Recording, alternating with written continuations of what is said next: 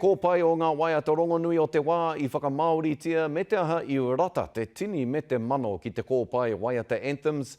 Hei tā hine wehi a mohi a kai whakaputa I te kōpai waiata anthems. Ka nui te harikoa o te ngākau ka tū he konohete e rongo ai te marea I ēnei waiata rongonui ki te reo Māori.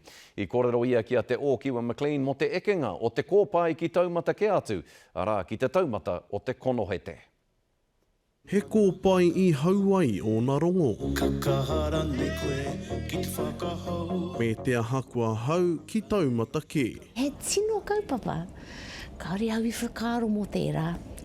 Te nui o te kaupapa nei. Ai rā he whakawhānui tanga tēnei konohete o te kōpai o Waiata Anthems. He kōpai e mauana I ētahi o ngā tino waiata o Aotearoa I te reo Māori. Hei tā wehi e hara I te mahi māmā. Tino uaua.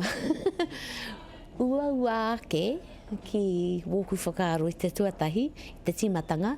Hoi anō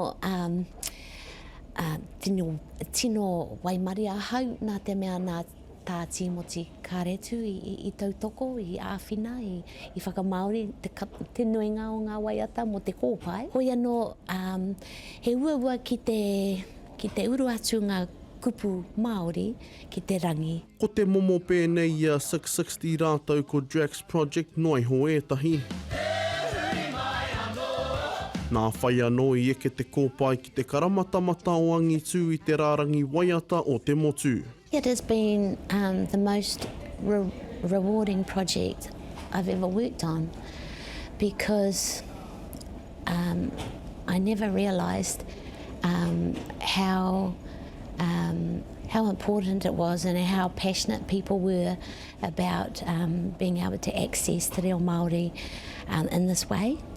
I just underestimated it, I think. Ka tū te konohete hei whakanui I te wiki o te reo Māori, ko ngā hua katoa ka tukuna ki tētahi kaupapa e titika hanei ki tōna ngākau. Mō te Raukatauri Music Therapy Centre, he wāhi mō ngā tāngata hauwā. Music therapy is a really unique thing, and the Raukatauri Music Therapy Centre helps over 500 people each week to really be able to access and have relationships and connect and express themselves through music.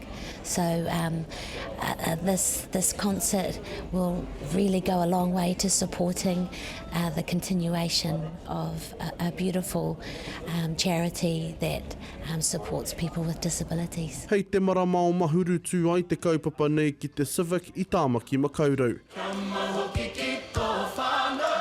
Te Ōkiwa McLean, te karere.